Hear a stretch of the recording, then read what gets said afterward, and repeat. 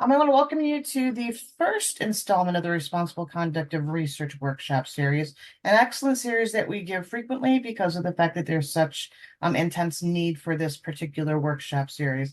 And it's also led extremely well by our esteemed presenter, Dr. Stephen Fliesler. And I do want to say that we do have a bunch of core competency workshop series. We just finished up with two of them, our community engagement and health and equities workshop series, which are available by video. If you would like them, just please email me at cmp9@buffalo.edu, and I can put that in a chat in a few minutes. And we have another one starting tomorrow, which is our scientific communication revised workshop series, which actually looks pretty exciting. We even have a panel which includes Gail Burstein from the Erie County Department of Health. So that one should be really exciting. So we do have a lot of workshop series. Many of them are available on video. So if you do want to peruse any of these, please feel free to email me. Of course, again, I'm going to be putting that in the chat for you, so no worries. And we have 6 in this particular installment of a workshop series. So there's 6 of them, though they're not all necessarily in sequential Monday order. There are a few skips in between. So please make sure you take a look at the actual website for the workshop workforce development, and I will put that in the chat as well. And if you're interested, please attend all that you wish to. There is a certificate of completion that is available if you attend all of the series. And there are, again, 6 workshops in this installment. And I will be giving that approximately a week or 2 weeks after the end of the workshop series if you attend all 6 and stay at least a certain amount of time, obviously, for each one. You also can get CME credits for this, up to 9 credits. So basically, I also send this to the CME office based on the people who attend, and they actually assign these to people who need them. And we also have a micro-credential in responsible research, going along with the responsible conduct of research series. And they're all built out of case study topics, which you're going to really enjoy today, because there are also some included in today's presentation. But they're not the exact same ones we include in the micro-credential. But if you are interested, again, email me at cmp9@buffalo.edu, and I can send you information to see if you're interested. And you're allowed to actually create your own timeline for completion of these based on your particular needs at the time. So I'm also going to be placing a survey in the chat a couple of times. Please make sure you try to complete that because we use those in order to improve our workshop series, and also we need them to report to our funding source. And we just want to thank you for attending. I'm going to stop sharing and turn it over to our wonderful presenter. Great. Thank you so much, Catherine, and very happy to be doing this again this year. I'm also joined on this presentation by Dr. Sri Ganesh Ramachandra Rao. Sri was a PhD student and postdoctoral fellow in my own laboratory before he became faculty here, and he's assistant professor on the tenure track in the Department of Ophthalmology. So I'm going to go to see if I can share my slides. Sorry, everybody. Okay, so this is the first lecture in this series, and this is an overview of responsible conduct of research. As Catherine mentioned, there are 6 of these presentations in this series this semester, and I'll be giving the first 2, today's overview, as well as the one next week that'll be on authorship and reviewer ethics. So I have no disclosures. You should know that the university has academic integrity policies. They're posted on the website, and these are applicable to anybody who's engaged in the academic programs here at the University of Buffalo. So this is actually a requirement for training for all persons who are engaged in federally funded research. And we have other requirements as well, such as the CITI course series in research training.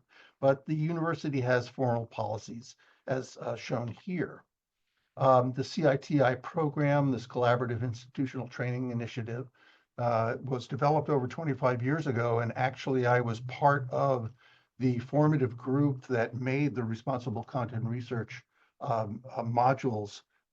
So I've been engaged in this kind of enterprise for more than 2 decades. Also, you should be aware of the fact that there is a federal agency, the Office of Research Integrity, which is under the Department of Health and Human Services, DHHS, and they have mandated that any institution that has receiving federal funds must have their researchers formally trained in responsible conduct in research. And this has evolved over the course of several years. And this particular workshop series has emanated from those federal directives. So let's start at the very beginning so that everybody has an understanding about what we're talking about. So what are ethics? So ethics are a set of moral principles that govern a person's behavior or the conducting of an activity. Ethics is also a formal branch of knowledge, philosophy that deals with moral principles. And what is academic integrity? That's the commitment to core values. Here they are honesty, trust, fairness, respect, and responsibility. And these are foundational definitions that you will also find on the academic integrity webpage. So where does this all come from? Fundamentally, centuries ago, there was a formal way of thinking called moral reasoning that basically poses the question that anything that you are encountering as an activity, you can ask the question, is this right or is this wrong? And so that is the fundamental foundation of moral reasoning. Now, there have been many great philosophers, great thinkers, religious leaders, political leaders who have come up with their own formulations of moral reasoning. And if you go back many centuries, in 500 BCE, Confucius came up with what is called the Silver Rule under the religious group of Confucianism. And the Silver Rule was opposed in the negative: never impose on others that you would not choose for yourself. You may be much more familiar with what has been called the Golden Rule, which is part of Judeo-Christian foundational thinking. That is also posed in the negative: that which is hateful to you, do not do to your fellow. Then there's what's called the ethics of reciprocity. The Golden Rule posed under Christianity and Islam: do unto others as you would have them do unto you. That's the positive. And Muhammad the Prophet also had this same fundamental principle. So throughout history, through all great ways of religious thought, this moral reasoning has been applied. So today's lecture has this outline. First, I'm going to talk about historical perspectives on the problem of responsible conduct of research, evolution of definitions about what is research misconduct, or scientific misconduct is sometimes called. There has been distilled three fundamental classifications: falsification, fabrication, and plagiarism. And in the field of RCR philosophy, this has just been reduced to an acronym, FFP. We're going to just talk about or touch on the UV policies on research misconduct. Then I'm going to give you a whole series of very famous cases that I've come up with over the years, which I call my rogues gallery, people who have violated the fundamental principles of right versus wrong. Then I'm going to talk about the prevalence and causes of violations in responsible conduct of research. Then a process, how we deal with allegations of research misconduct, the consequences for violating those principles, and also protections that are offered to people who bring allegations of research misconduct. And then we'll have discussion cases at the very end. And right before we do the cases, we'll have a time for questions that you might have that you would like me to answer. So this course, or workshop rather, has two fundamental objectives. So at the conclusion of the presentation, you, the participant, should be able to, number one, know the currently accepted definition of research or scientific misconduct. And number two, know the processes by which allegations of research, scientific misconduct are lodged, investigated, adjudicated, and the potential outcomes pursuant to the findings of those. So if you want to know more, there are a lot of very good sources if you want to pursue this further. These are just a few of them. And by the way, you will have access to the slides that I are presenting here today. So I found this kind of an interesting quote. Misconduct in science appears to be on the increase in some disciplines, but its prevalence is unknown and how best to deal with it is unclear. This was 2 decades ago in this editorial that was written in the South African Journal of Science. We know much more about the prevalence and how to deal with allegations of misconduct. So just to give you a very brief timeline. So during the 1970s, which is when I was in graduate school, and into the 1980s, there were some highly publicized cases of alleged scientific misconduct. And this brought awareness to the general public that there was a problem inside the scientific enterprise. And then early in the 1980s, there were congressional hearings convened on fraud in biomedical research. And then late into 1980s and into the 1990s, there was a federal infrastructure developed. There were definitions and policies evolving from the Department of Health and Human Services, the Office of Research Integrity, the OSTP, the Office of Science and Technology Protections, and the OHRP, Human Research Protections. And then in the turn of the 21st century, incidents with human subjects came to light, unfortunately involving deaths. And then from then on to the present day, there have been revised definitions, emergence of broad-based educational initiatives such as this, as well as the CITI program, and policies that are emanated from that. So there were basically, in the outset, in the 70s and into the 80s, when these problems were coming to light in the public's consciousness, there were two competing, conflicting perceptions. The perceptions that were held in the scientific community itself were articulated by Dan Koshland, who was a very famous biochemist at UC Berkeley. And at the time, he was the president of the National Academies of Sciences. And he was also at the time the editor-in-chief of Science, which was one of the highest impact scientific journals worldwide. And he stated this: problems of scientific misconduct are rare and the product of psychopathic behavior originating in temporarily deranged minds. As you'll see, there are some very interesting personalities that have been engaged in very high-profile scientific misconduct, and I'll be talking about those in a moment.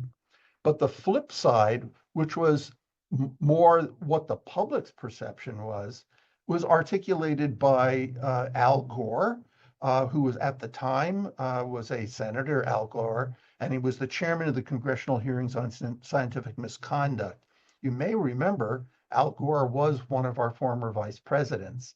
And he stated the following: one reason for the persistence of this type of problem is the reluctance of people high in the science field, like Dr. Koshland, to take these matters very seriously. And so the congressional hearings then started investigating deeply the occurrence of allegations of scientific misconduct and pursued that made eventually policies at the federal level evolve from. So the almost 1990, 1989, this was the definition of research or scientific misconduct: falsification, fabrication, or plagiarism, or other practices that seriously deviate from those that are commonly accepted within the scientific community for proposing, conducting, or reporting research. It does not include honest error or honest differences in interpretation or judgments of data. And that was lodged in the Federal Register in 1989, and this was official policy under the Office of Research Integrity.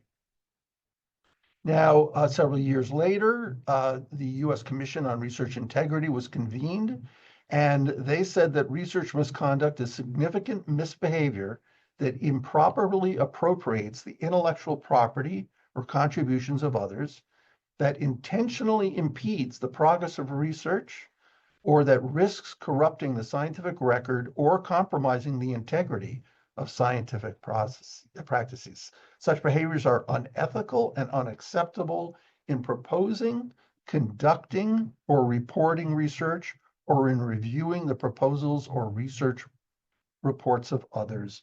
So breaking this out, proposing research. This is in a, let's say, a grant application.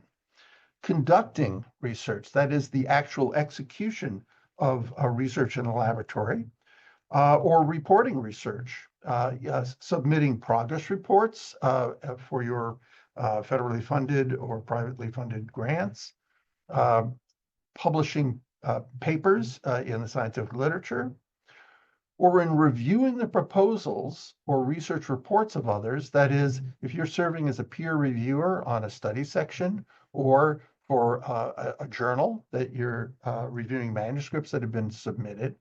In all of these areas, all these domains, it's unethical and unacceptable to engage in this kind of behavior. So the current federal policy on research misconduct, and definition is research misconduct is defined as fabrication, falsification, or plagiarism in proposing, performing, or reviewing research, or in reporting research results. Note that the statement that was previously incorporated into federal policy about deviating from scientific norms was deleted. Why? Because they couldn't come up to a consensus on what those norms were. So it turns out that the norms might vary in disciplines. It might vary where the research is conducted.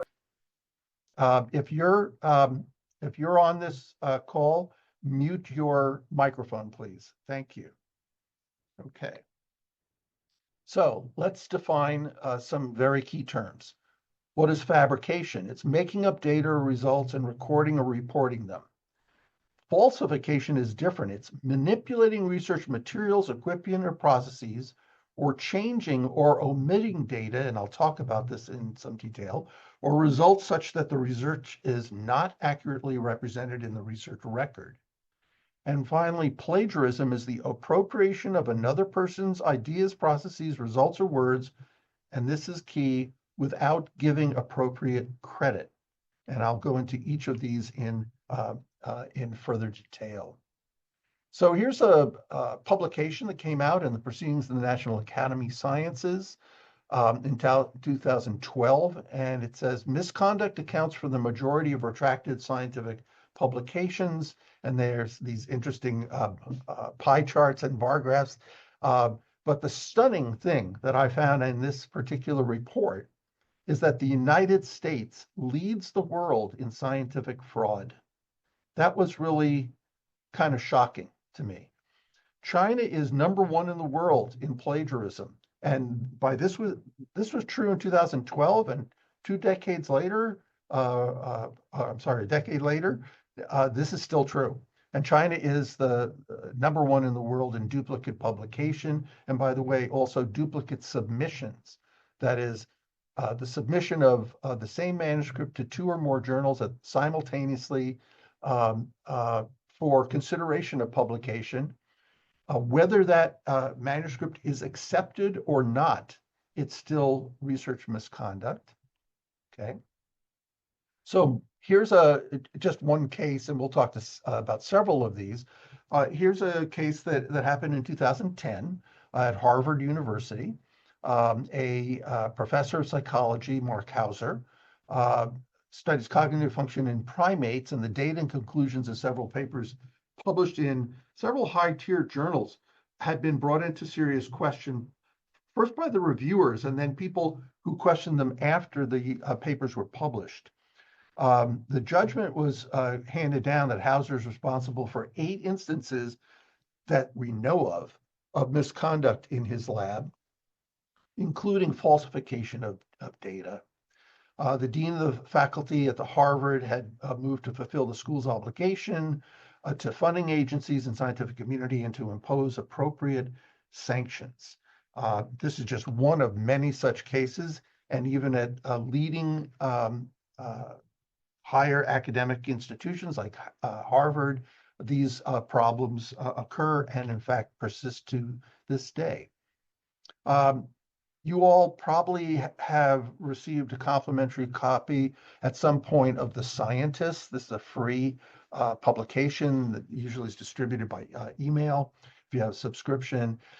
And it's almost every month there's a case of scientific misconduct that is reported. Here's a case that was published in August of 2019. The University of Kentucky, there was a husband and wife team that had image duplication and falsification of data in not only publications, but also in their grant applications.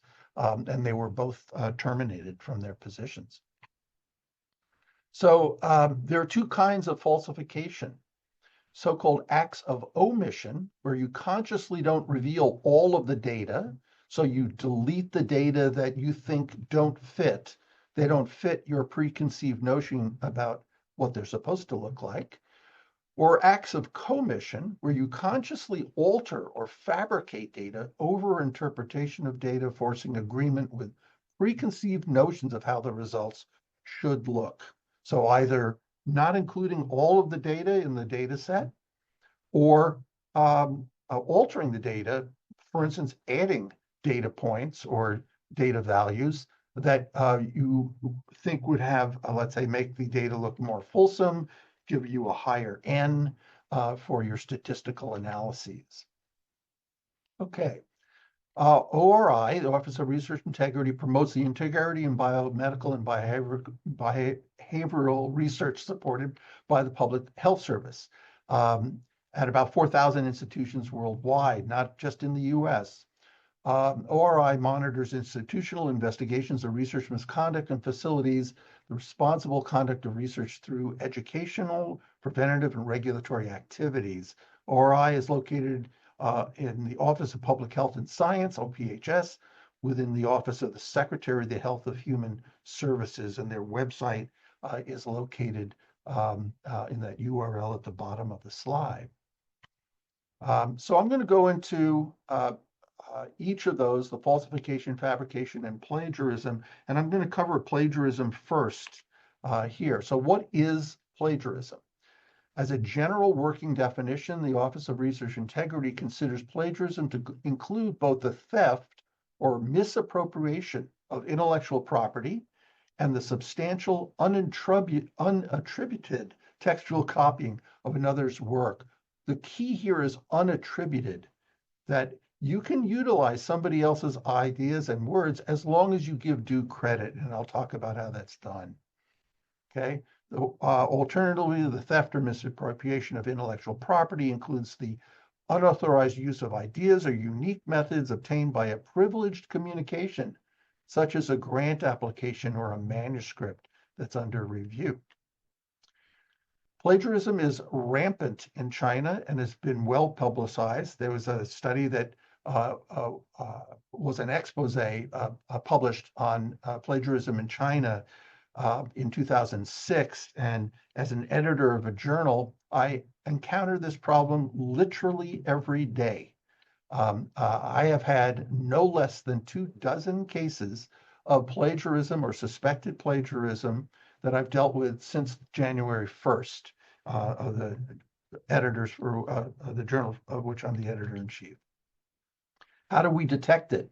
There is a platform called Authenticate. Maybe you're familiar with this. Any submitted manuscript that goes to publishing clearinghouses such as Elsevier, which is the world's largest scientific publisher, over 1,400 biological and behavioral journals. And Authenticate is a computer program that compares text in a manuscript that is fed into the system with every publication in the database. And this covers a very broad range of literature. And the kind of report that comes up is shown here. You have the manuscript itself, and you see color coding of various tracts of text. And on the right-hand side gives you a tabulation of the percentile of text that has been discovered to be either identical or very similar in various identifiable prior sources. And in this particular case, this particular paper had 72% of the text was either very similar or identical to previously published work. And this is a paper that came to my journal, and I ended up rejecting this paper for cause. But I want to be very clear here. Although Chinese authors have been found to be have had the highest incidence of plagiarism, not all Chinese authors are guilty of this. And I wanted to give you an exemplar of a really nice study that went through the same analysis, and only 8% of the text was very similar to anything else. And notice it's highlighting things like their institutional address. Well, that's not plagiarism, okay? So you can't take these reports at face value. You have to actually go deeper into where the citations are coming from. And one of the ways that we see that Authenticate will give you a false impression on the amount of text that is very similar or identical to prior published work is when we see a score that's, let's say, 90, 95%, 98%, almost always that is because the authors have deposited their manuscript in a authorized preprint server. And that is perfectly allowable. Why? Because preprint servers are not peer reviewed. So they're simply wanting to get precedent that they had done this work, they had put their ideas down in paper, and now what they typically do is submit it for peer review evaluation in a credible journal. So if you see a very, very high score on Authenticate, the very first thing you got to look to see if it's Research Square or BioIRX or one of the well-known preprint servers, okay? So scientific misconduct is everywhere. In every country that has a research enterprise, there is research misconduct. And it's not simply relegated to scientific or biomedical enterprise. So here's a highly publicized case that happened several years ago. Fareed Zakaria, a very bright guy. He's a journalist. You may have seen him on CNN and some other networks, but he was found to have plagiarized another journalist's work. He was taken to task for this, and he confessed and apologized for doing this. But you see this in other fields as well. Here is something that I have found. I've been running workshops like this and teaching research misconduct courses for well over 25 years. And something that has come up in more recent years is the topic of self-plagiarism. It sounds odd. It sounds off, okay? How can you self-plagiarize? Well, because of copyright laws, you cannot copy substantial portions of text from one of your prior publications and use it, such as cut and paste and drop it into a subsequent publication without placing the text in quotes or citing the original source. Also, you can't use the same figures, illustrations, tables, etc. in more than one publication unless you get prior permission from the copyright holder and duly credit the original source accordingly. So this is very common in review articles, where authors want to illustrate some key point in their review, and they'll take a piece of published data that is an exemplar of what they're trying to discuss and put it into their publications. And it's perfectly fine and legal if you give the original source and you obtain written copyright authorization. Now, also, it's a misconception that the fact that you wrote that article is that you are the copyright holder.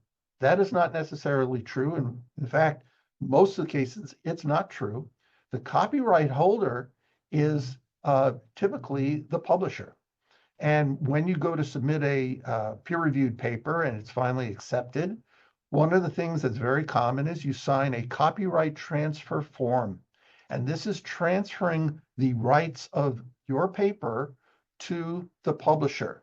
For instance, to Elsevier or the Nature group of publishing houses, you are no longer the owner of your own product. Okay, so it's very important. Self-plagiarism. And I see this all the time. In those authenticate reports, 95% of what is detected as possible or suspected plagiarism is self-plagiarism, where you've, let's say, published a paper and you've utilized Western blotting or confocal microscopy or some other commonly used experimental procedure, and you just highlight and cut and paste from your prior publications because you did the work essentially identically the same way in the next study that you want to publish. However, now that you've just violated the copyright of that work. So you can't do that.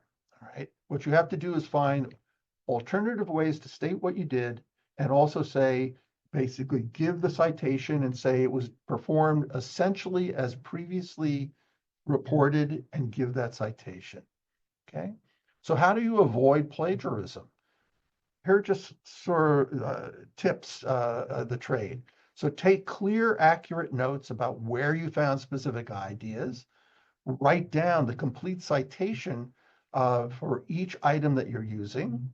Use quotation marks when directly stating another person's or your own words from a previously copyrighted work. And always credit the original authors for their information and their ideas.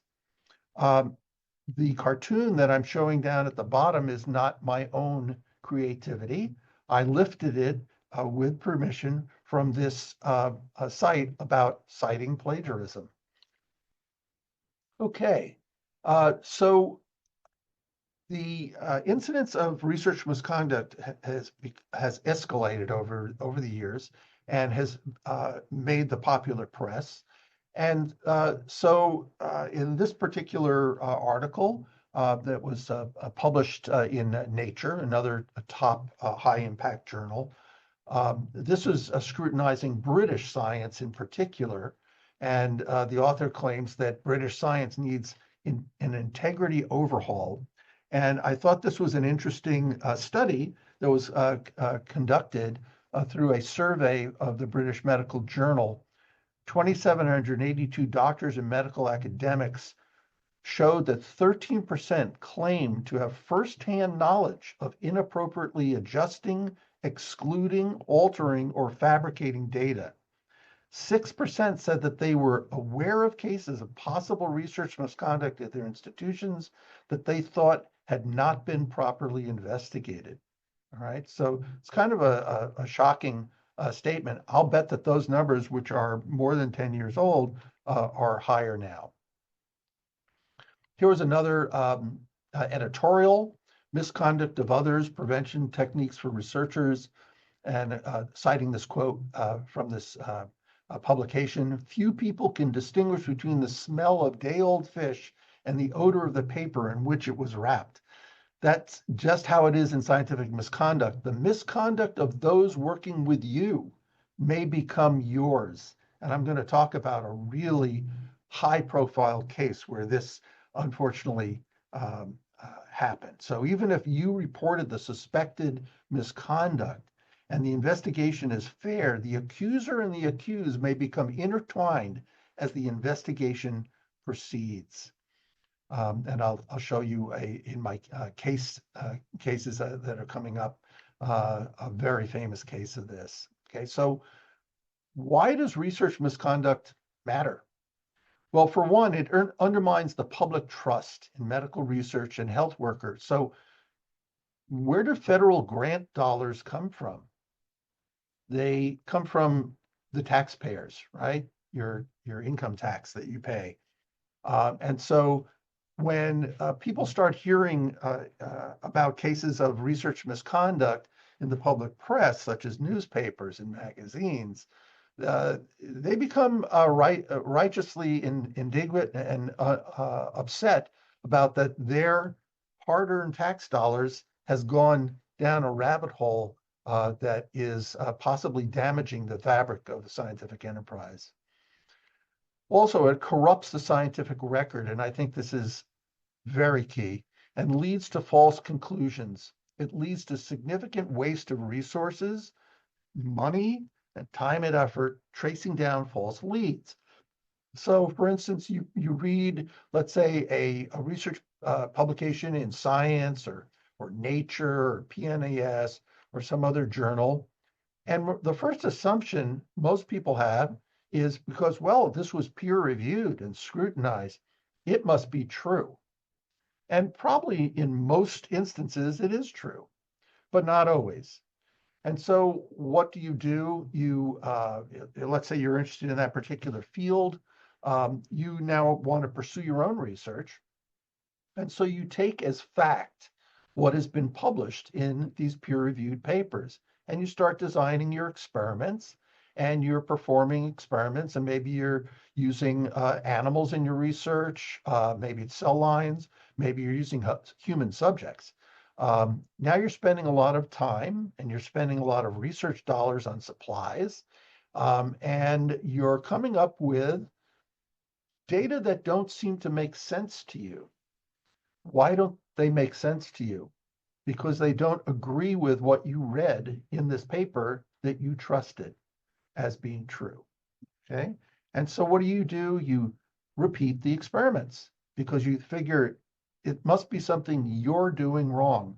That is the reason why you're not getting the so-called right answer. And so you do that 2 or 3, maybe more times, and you still keep coming up with the wrong answer, when in fact you are getting the right answer. What was wrong is the fundamental premise on which you were working from something that you read in a peer-reviewed paper. And this happens, unfortunately, all too frequently. So here's my rogues gallery of several high-profile cases, and I'll talk about them just quickly in order.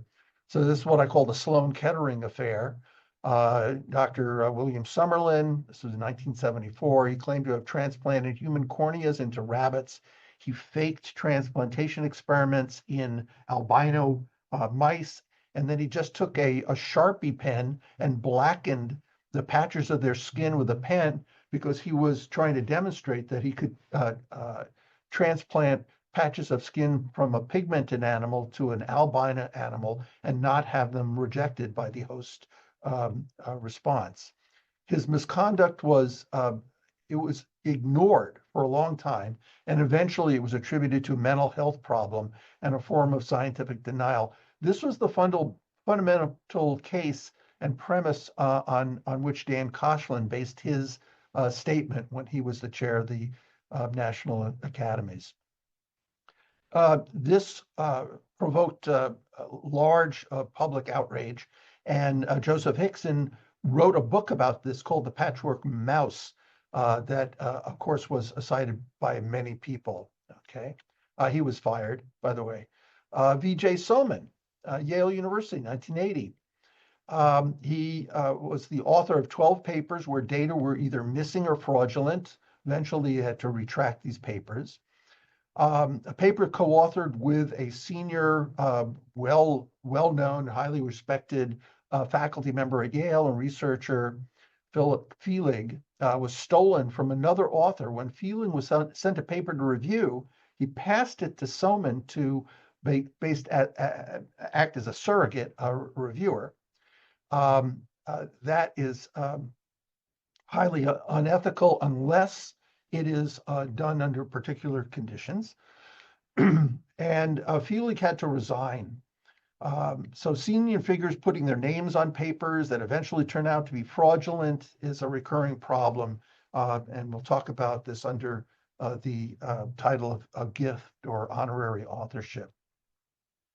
John Darcy, Department of Cardiology at Harvard Medical School. He was falsifying data left and right. His supervisor, another big shot, Gene Braunwald, decided that this misconduct was an isolated incident, so he didn't do anything about it. But a few months later, it became clear the results had been obtained in a multi-center study that were very different from those that were obtained by others in that multi-center study group. An investigation showed that many of his more than 100 published studies were fraudulent. And many of these included, again, distinguished, quote, co-authors. They weren't really co-authors. They didn't qualify. This was another gift authorship. Just a moment. He was also terminated.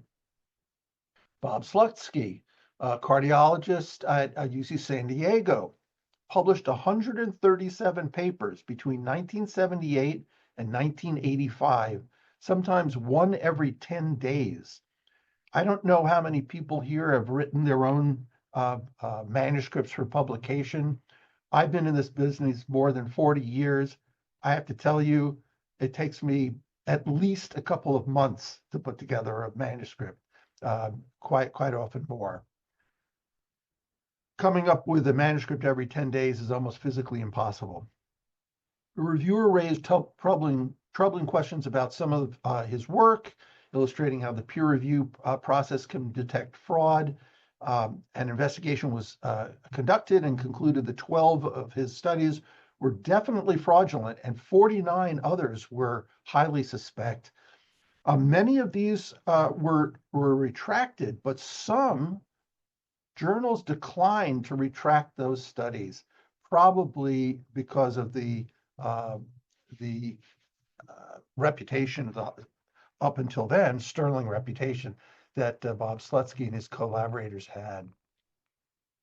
And this is a case that is very famous in the vision science research field, which is my field of research. And I know this person personally, and I knew this case very well because I was there when this happened.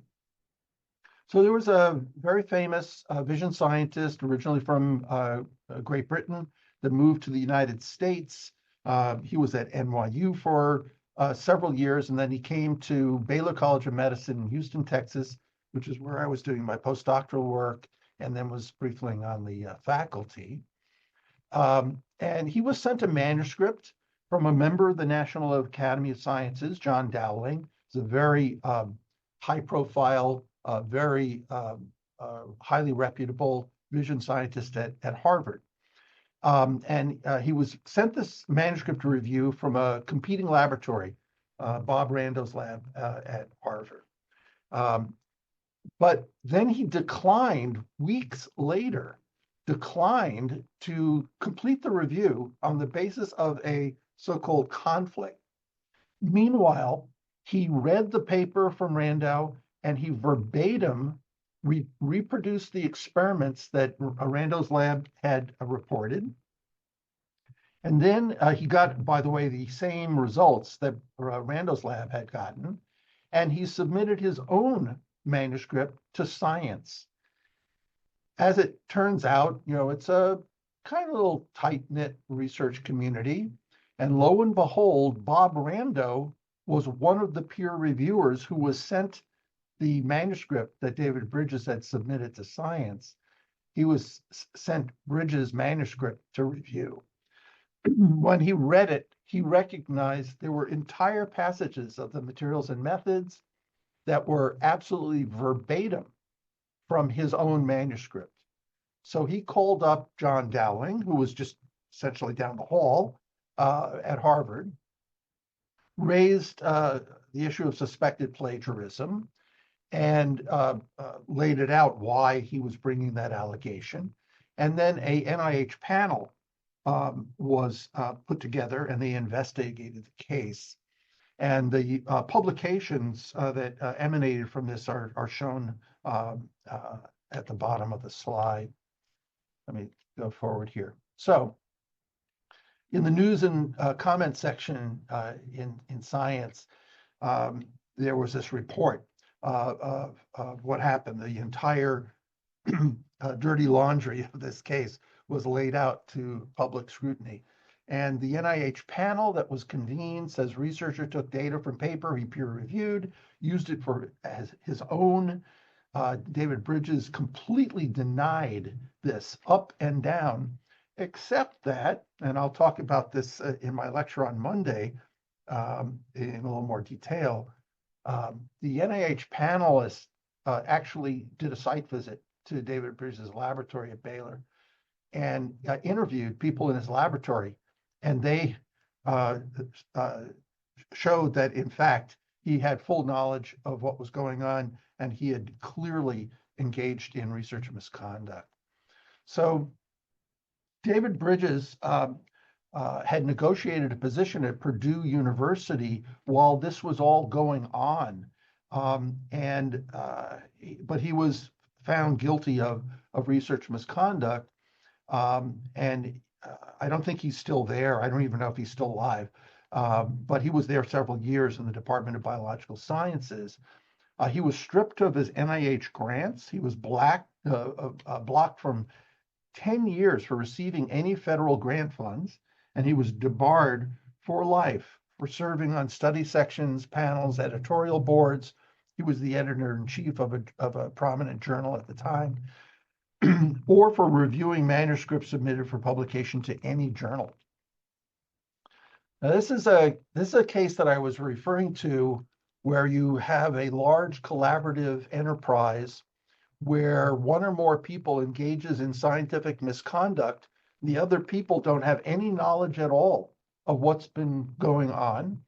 And when the case comes to public light, all of the people who were listed as co-authors on the publications in question are brought into scrutiny and can potentially suffer consequences. So there are these two very high-profile papers published in Science in 2004 and 2005 on human embryonic stem cells. And the idea is that you would be able to eventually clone human beings.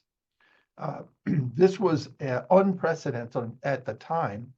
And so it made front page news. It made the front page of Science for sure. And it was a huge deal.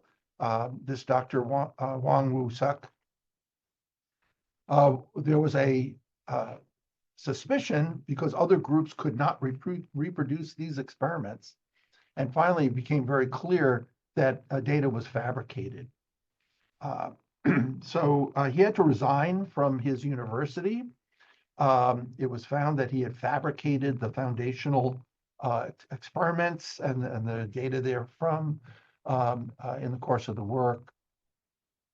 And the members of the university team were questioned, and several of them, by the way, some of whom involved in other schools, they were all caught up into the investigation, and some of them suffered some career-damaging events. By the way, they held a ticker tape parade from Dr. Suk in Seoul, and it was a huge thing. And then it was, of course, a tremendous fall from grace when it came out that this was falsified information. The editor of Science, remember I told you Dan Koshland at one point was the editor of Science, and this was some years later, Donald Kennedy, who was also the president of Stanford University at the time, they published these retractions of these papers. And it says in the final report of the investigation committee at Seoul National University, they concluded that the authors of 2 papers published in Science have engaged in research misconduct and the papers contain fabricated data. And he said, as we post this retraction, 7 of the 15 authors of Wang et al. Have agreed to retract the paper. All of the authors of Wang et al. 2005 have agreed to retract the paper. Science regrets the time that the peer reviewers and the others spent evaluating these papers, as well as the time and resources that the scientific community may have spent trying to replicate these results. Remember the damage to the scientific enterprise? This is key. All right. So it may look authentic. How to tell it isn't? So there was a study that was conducted by the Journal of Cell Biology, another high-leveled scientific biomedical journal. And at this journal, the test revealed that extensive manipulation of photos and images submitted for publication. And this study was done, this over a 4-year period from 2002 to 2006. When the test was put into place, 25% of all accepted manuscripts had 1 or more illustrations that were manipulated in ways that violate the journal's guidelines. Okay. The editor of the journal at the time, Ira Mellman at Yale, said that most cases were resolved when the authors provided originals. 1% of the cases, they found authors have engaged in fraud. Okay. But a lot of, because images are digitally acquired, they can be manipulated easily digitally. Here's another case, a Nobel Prize winner, team of scientists and Linda Buck shared in the 2004 Nobel Prize in Physiology and Medicine. They had to retract this paper as other scientists couldn't reproduce their original findings. Harvard Medical School, the research was conducted, published in the Nature in 2001, began a review of the research and determined if there were any evidence of misconduct. So again, this is a warning, because science is a increasingly collaborative enterprise. Gone are the days when you are a sole investigator, maybe you and a technician or graduate students or postdoc in your own laboratory, because you can't know how to do every technique that you may need to do to pursue a research inquiry. So you collaborate with others who have those capabilities and skill sets. And so you have to trust those people to be doing things correctly and not giving you inappropriate, falsified, fabricated information. So be absolutely sure of your data before you submit it for publication, and review the original data, not just the figures presented for publications. So very, very important to have regular lab group meetings and to go over original data before you put it together for a publication. Well, unfortunately for Linda Buck, this was not a one-off. And this postdoc also engaged in fabrication of data. And yet another paper was published, and they had to retract that because people could not reproduce the data. Another case of I'm not beating up on Harvard Medical School. It just so happens that these cases are publicly reported. And here's another case at Harvard Medical School: falsification and fabrication of data in a study on sleep apnea. Here is a report that just came out 3 weeks ago, February 7th.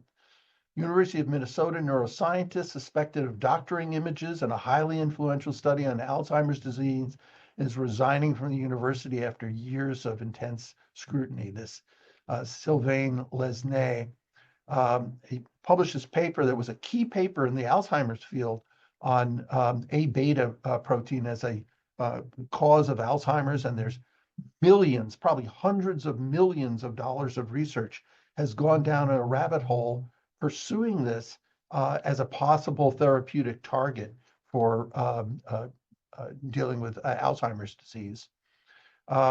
So more than a decade later, academic sleuths uncovered compelling evidence that some of the images in the paper had originally digitally altered. After a lengthy investigation that grew to encompass at least 20 other papers authored by Lesney, the Nature paper was formally retracted just last year.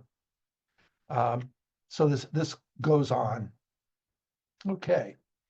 Misconduct in science is increasing at an alarming rate and is an issue that needs to be addressed. The constantly evolving technology, the arrival of online-only journals, and other significant scientific developments warrant a reconsideration of the existing procedures in place to prevent fraud and the development of novel verification techniques.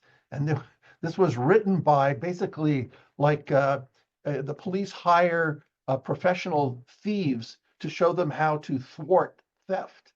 Okay, this guy was found to be engaged in research misconduct at Mayo Clinic, and he was fired for doing that in May of 2010. So he gave kind of expert testimony about how he was able to do this, and it has panned out. So you might be interested. This is kind of an old study, but you might wonder, how common is this? Is this a needle in a haystack, or is this happening every day? I tend to believe that it is happening every day, but we're only cognizant of the tip of the iceberg. So according to this study, redundant publication occurs in approximately 1/5 of published papers. Also, about 1/5 the persons listed as authors of studies in medical journals contributed little or nothing to those studies. So they don't qualify for authorship. And I'm going to talk about what are the qualifications of authorship in my second lecture.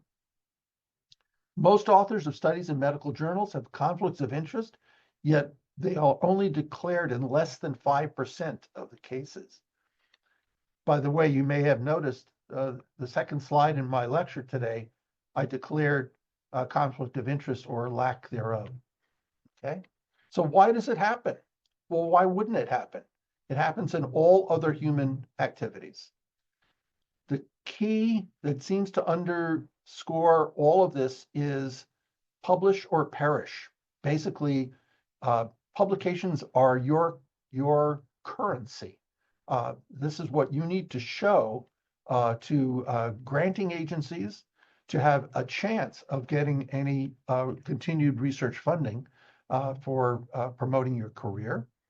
And obviously, you have to continue to do the research and collect new data to be able to publish credible papers. Also, and less this is true these days because there has been a concerted effort to improve education in responsible conduct of research, but it certainly still can be true that there's inadequate training given to people, particularly in their early stages in their career. But also because you can get away with it, at least for a while, because the system is built on trust. Okay, so what are the consequences of fraud in clinical trials? And I think we have several people on this call who are clinician scientists and clinicians who are engaged in clinical and translational research.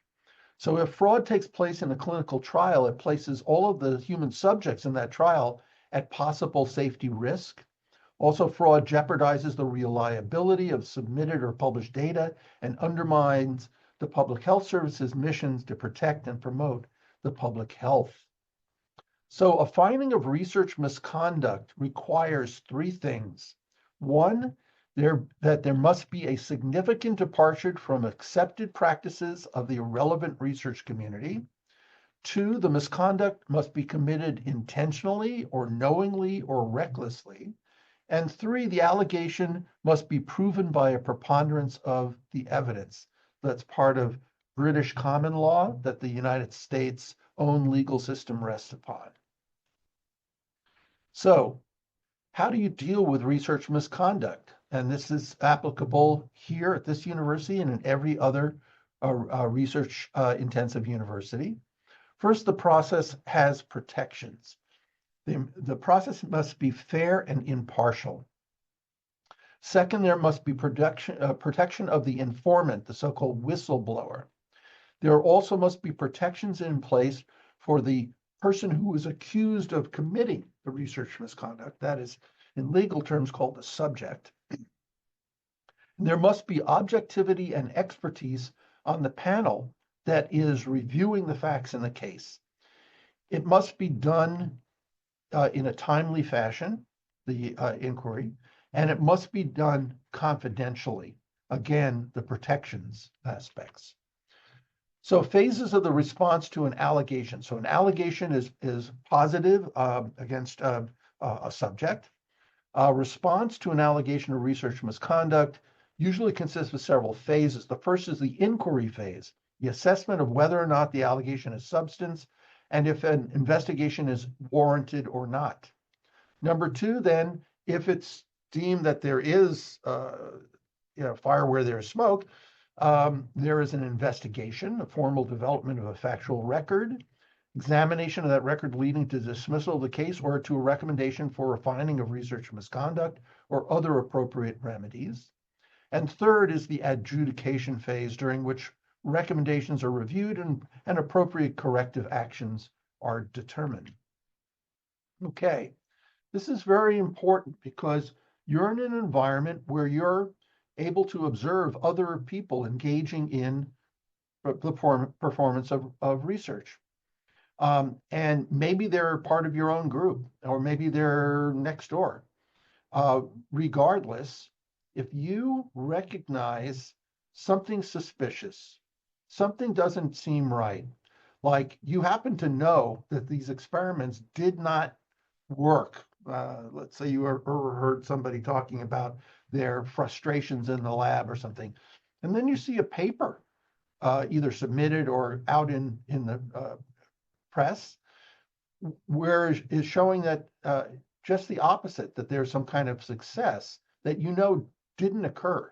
Okay, so if you recognize this, you have to report research and misconduct. It's your responsibility.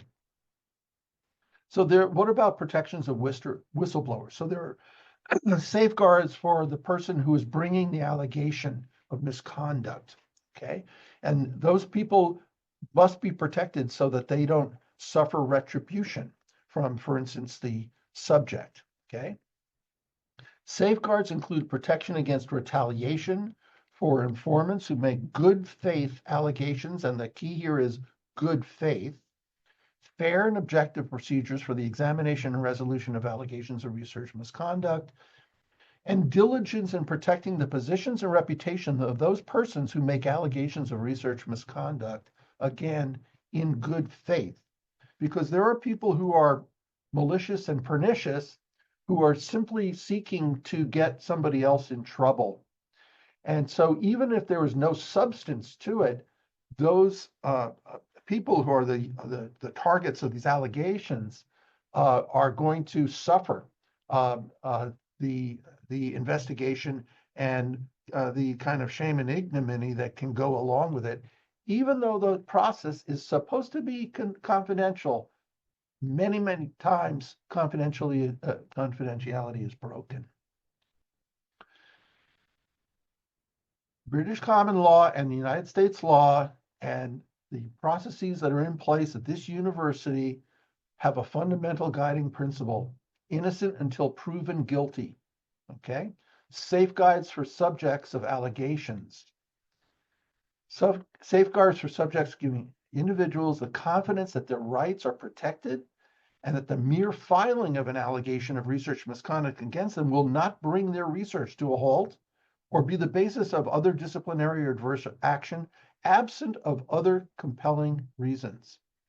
Other safeguards include timely written notification of subjects regarding substantive allegations made against them, a description of all such allegations, reasonable access to the data and other evidence supporting the allegations, and the opportunity to respond, in other words, to defend themselves, to the allegations, the supporting evidence, and the proposed findings of research misconduct, if any. So, what can be the consequences? It depends on several things. the seriousness of the misconduct. In deciding what administrative actions are appropriate, the agency should consider the seriousness of the misconduct, including but not limited to these three things. Remember, I talked about the degree to which the misconduct was done knowingly, intentionally, or recklessly, whether it was an isolated event, basically a one-off, or a pattern of a larger pattern of misconduct, multiple such events, and had significant impact on the research record, research subjects, other researchers, institutions, or, very importantly, public welfare. So, what are some potential consequences of engaging in research misconduct? First of all, retraction of publications. Okay, they've already dealt with 5 cases of this year alone. Debarment loss of grant funding. This happened to Dr. Bridges and has happened to others. Not only your current funding, but the debarment for years. It can be years. In the case of Bridges, it was a decade. Since he was 58 years old at the time that he engaged in the misconduct, he was not even eligible to apply for research funding from the federal government until he was 68, and that is past the conventional retirement age of many in academia. Removal from editorial boards, grant review panels, and termination of employment. You can be fired. And because a lot of these things are going to be reported in the public press, as you can see, you will be humiliated in public. And everybody, all of your colleagues in your field and people beyond your field are going to know that this is happening. And depending on how high a impact forum it was lodged in, I mean, if you make it to CNN or NBC News or Fox News, you're going to be known far and wide, well outside of your own immediate environment. Okay. Life after fraud. So every year, the ORI penalizes a handful of biomedical scientists for misconduct, typically barring them from funding for a few years.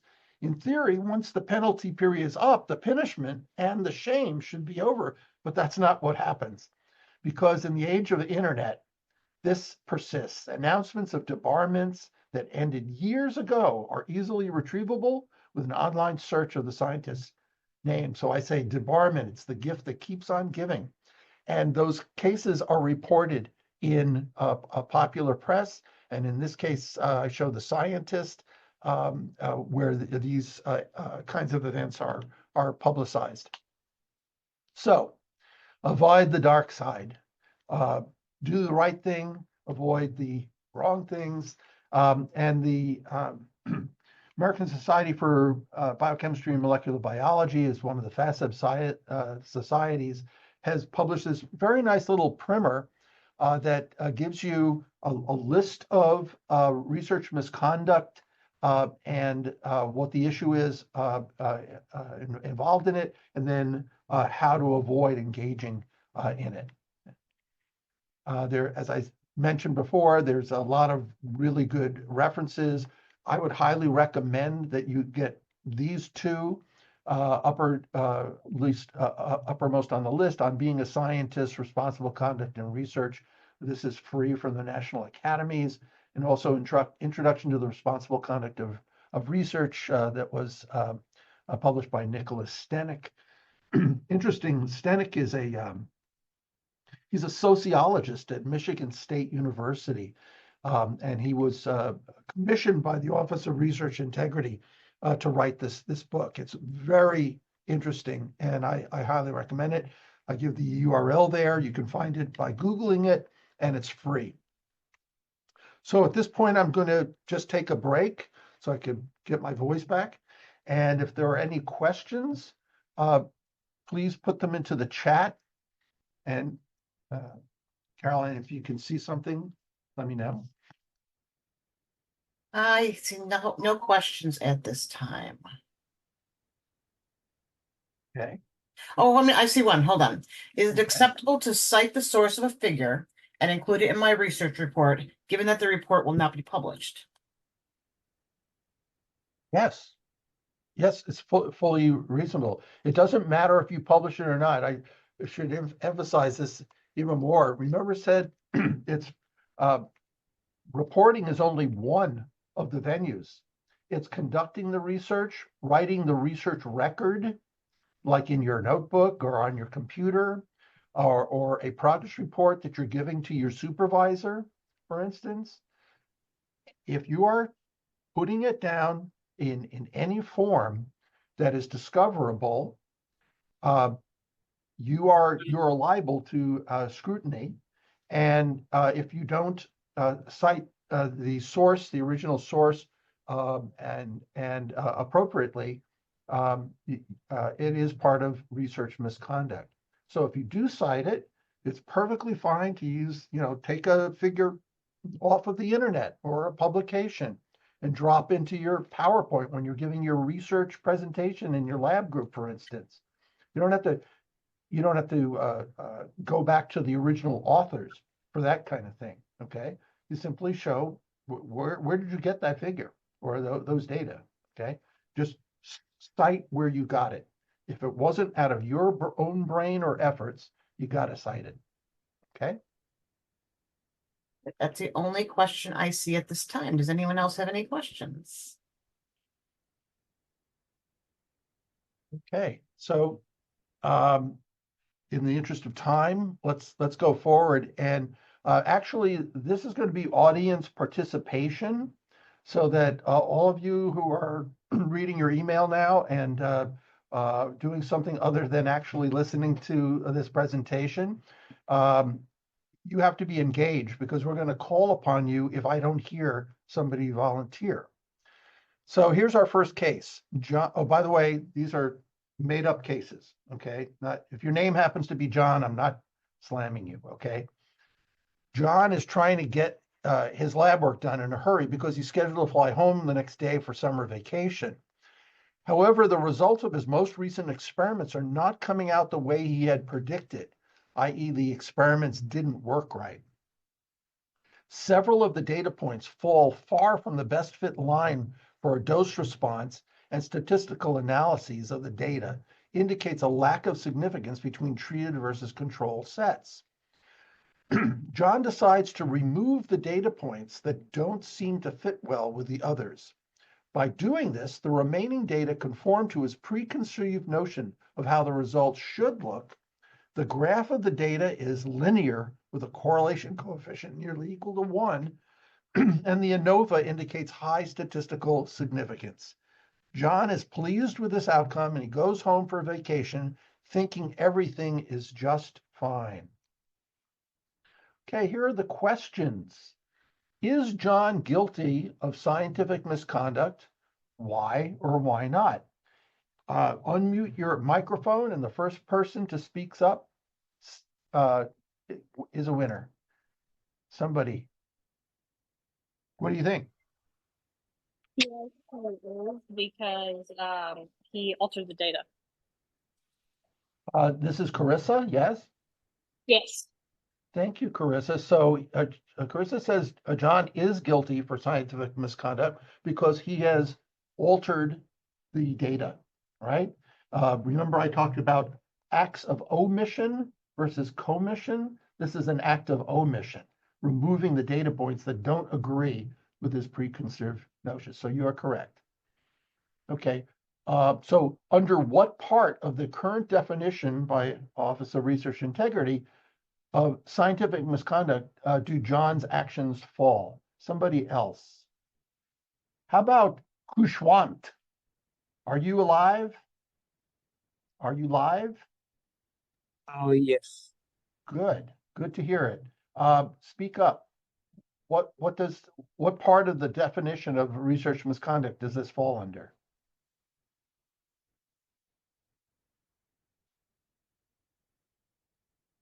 Research misconduct could be anything like plagiarism. That No, could no, be one no. of the That's not reasons. you're not listening to me.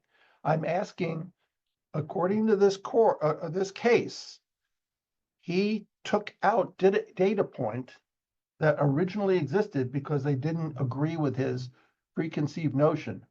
Which of the three words that are the definition of research misconduct did he engage in?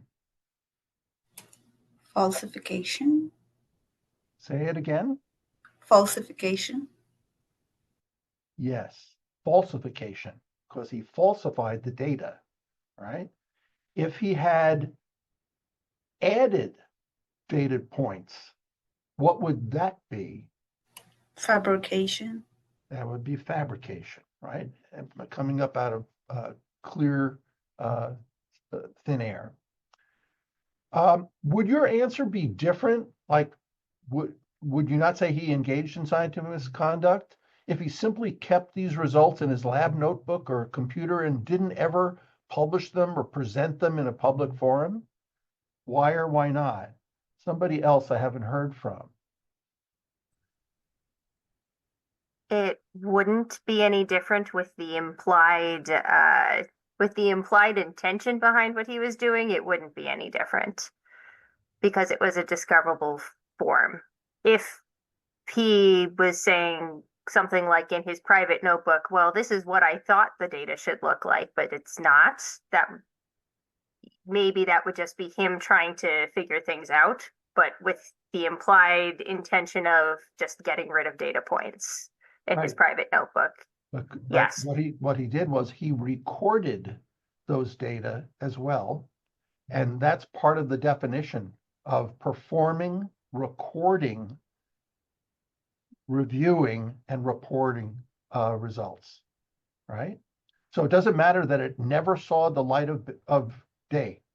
If you put something false in your lab notebook, that is research misconduct, okay?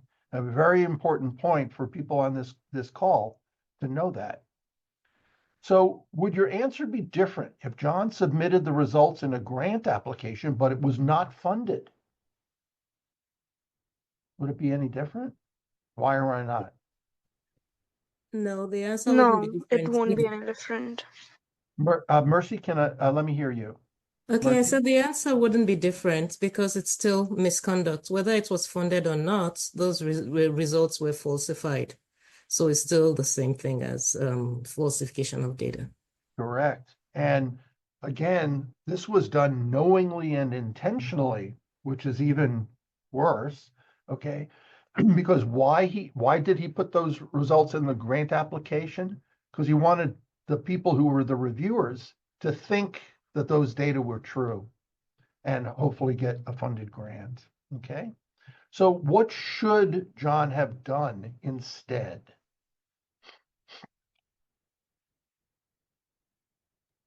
Left it as is. Okay, well, one is, report it or record it as the data really were, okay?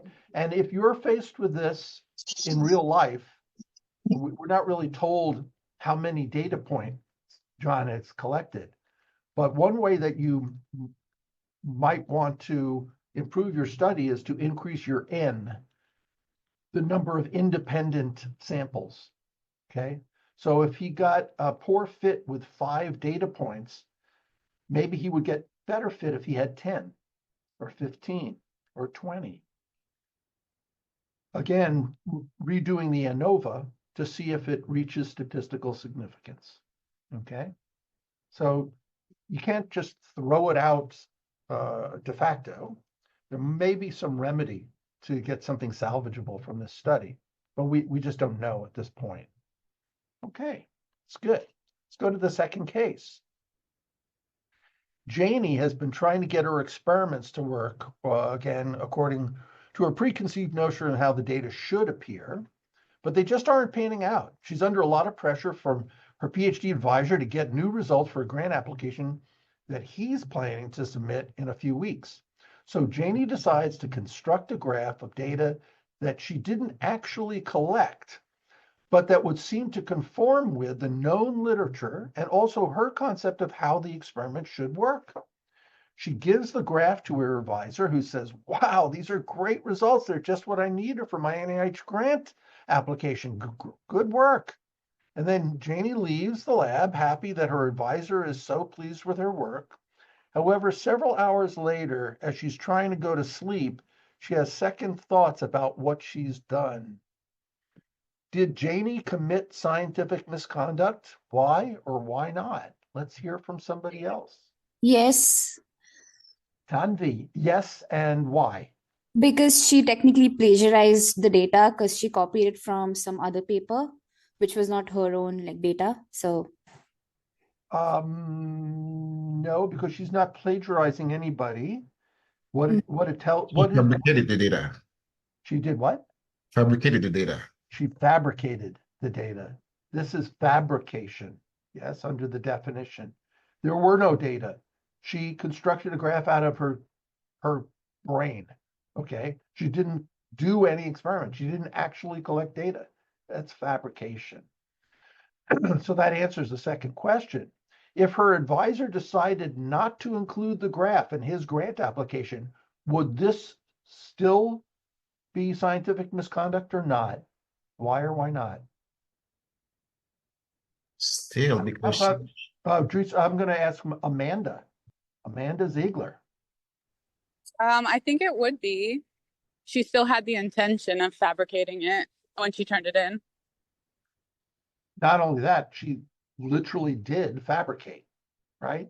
So does it, remember, a point I've tried to make several times, it doesn't matter if you submitted it for a review or publication or anything. The fact that you actually put it down in a discoverable fashion, which is completely misleading, you fabricated data, that is research misconduct, period. Doesn't matter if it never left your notebook. Okay. Oh, this is even more uncomfortable. If her advisor did include her graph in his grant application, is he guilty of scientific misconduct? Yes. Why or why not? Yes. And you say, yes, he is. He's Yeah. guilty of scientific misconduct. Yes? That's what you say? Yeah. Okay. Yes. Because he should do his due diligence and look at her resource, talk with her how she came to the conclusions that she did, especially if he's her advisor and that's his PhD student. He should be going over everything and verifying everything that she's done because it's his job to lead her. And he shouldn't just take, I mean, as scientists, we shouldn't just take whatever's thrown at us as truth. You told us some very important things about the responsibilities of an advisor or mentor in the research environment.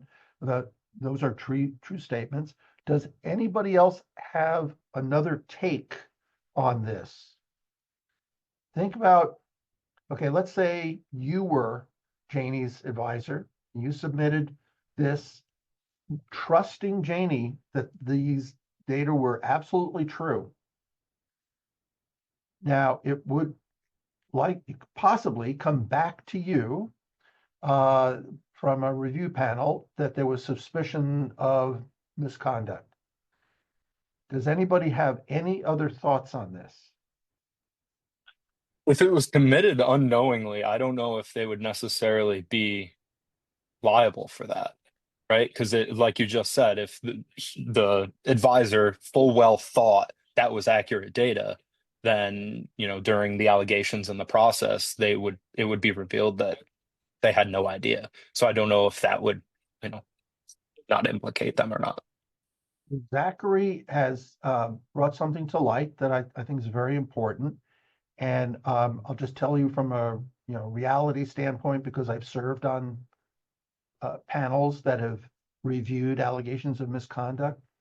In this particular case, the advisor, it would be highly unlikely that he would be considered to be guilty of misconduct himself, because remember I said the allegations, the conduct has to be done knowingly, intentionally, or recklessly. So the advisor had no knowledge that he was conveying false information. certainly didn't do it knowingly, wasn't trying to pull the wool over anybody's eyes, submitting it in his grant application. So if it came back, just like all of those people on those 2 science papers from North Korea, there were several people who were co-authors. They were definitely part of the inquiry, but they were exonerated because they didn't have any knowledge at all that those data were fabricated or falsified, and they had no part in engaging in misconduct themselves. So in this particular case, but the committee would probably say, but what I think Ann said, the advisor should really be checking the original source of the data, but he would not be found guilty of scientific misconduct. But I thought that would be prompt some considerable discussion because it usually makes people uncomfortable. So what should Janie do now? Okay, now it's been discovered. What should she do? If you were Janie, what would you do? Anybody have thoughts on this? We do have someone in the chat that said she should confess ASAP. Yeah. Come clean, right? Be truthful to the advisor. Say that she completely made this stuff up. She was under a lot of pressure. She apologized and not going to do it again. Yeah. Try to make the record correct. Okay. Repair the damage. Okay. So what penalties might Janie face for her actions?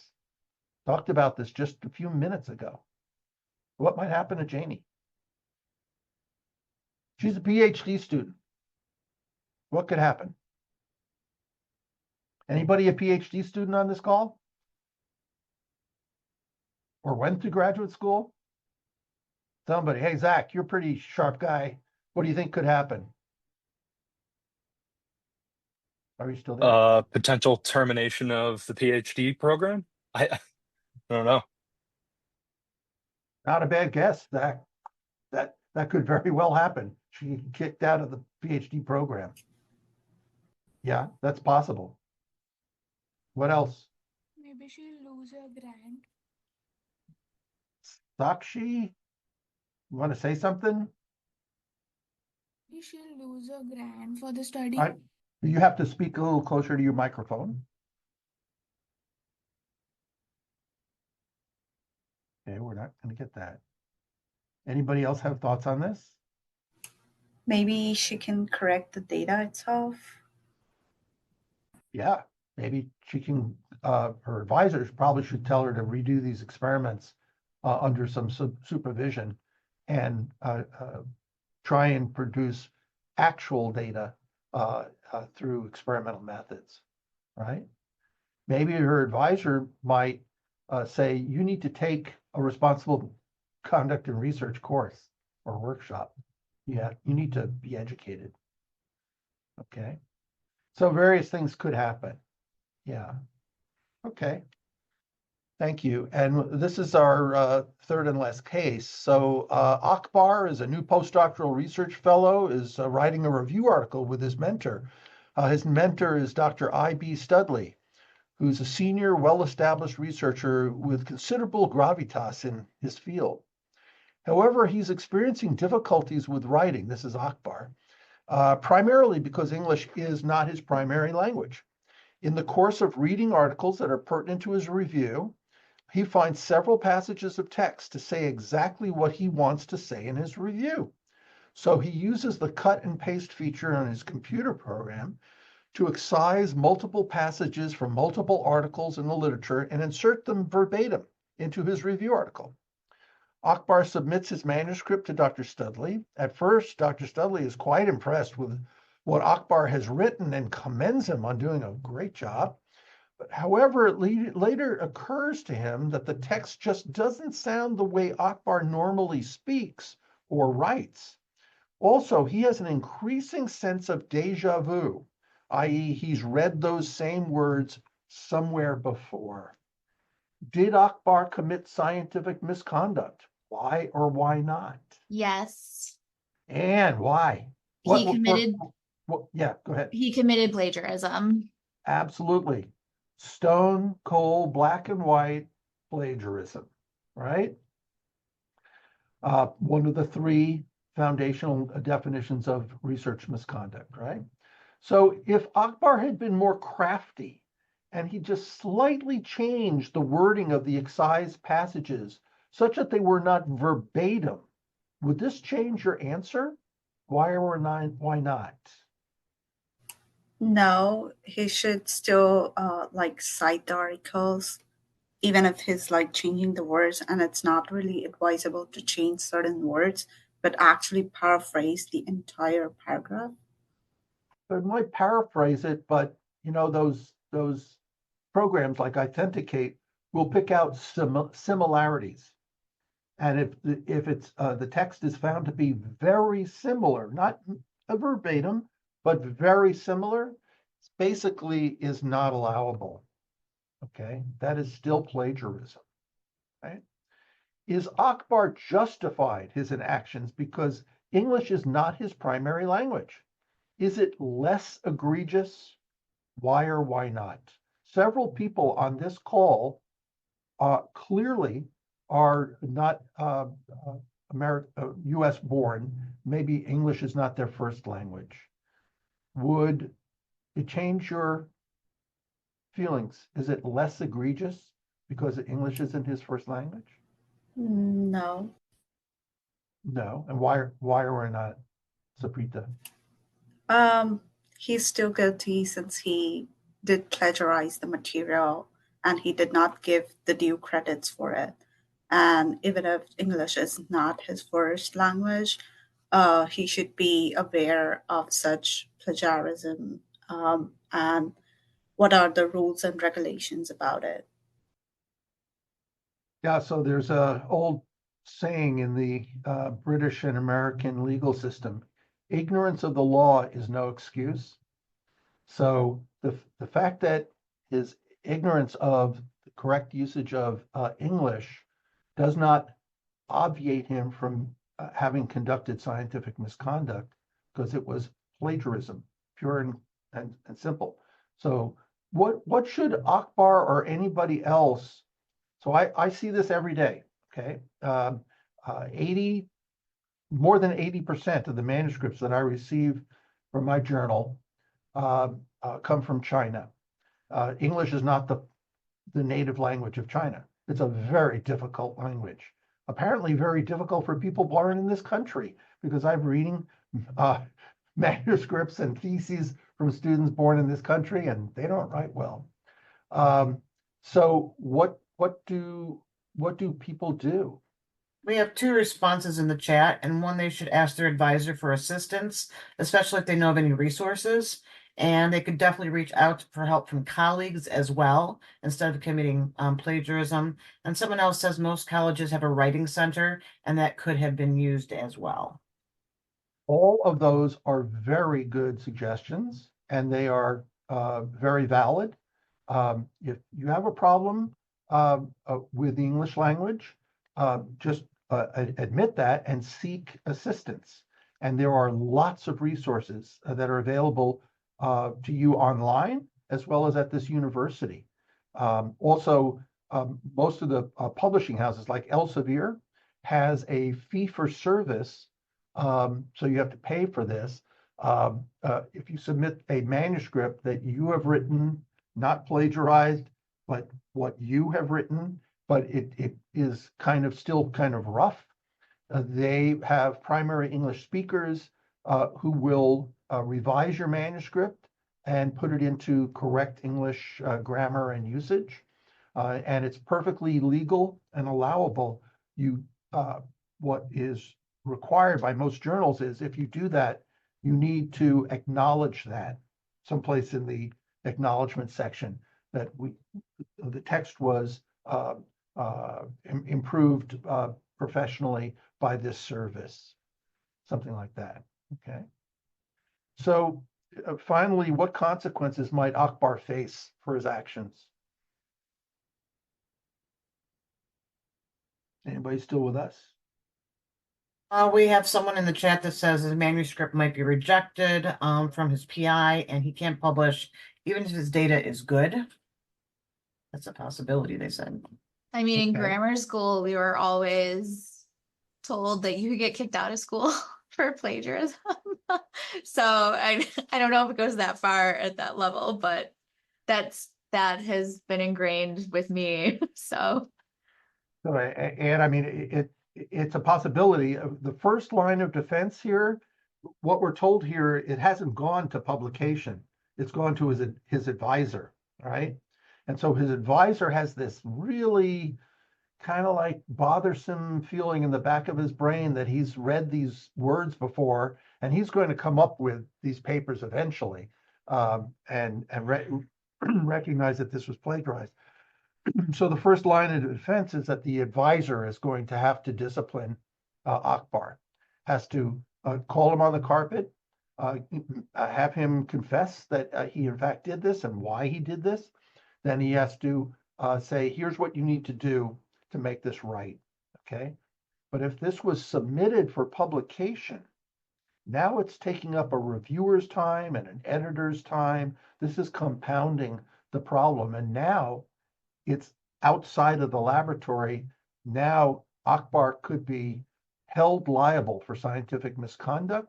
And also, I think Dr. Studley would have his life made uncomfortable as well. Okay, so it just depends on what level you're at. All right, but yeah, he could be fired by Dr. Studley. Again, he's a postdoctoral fellow. He's at will employee. Yeah.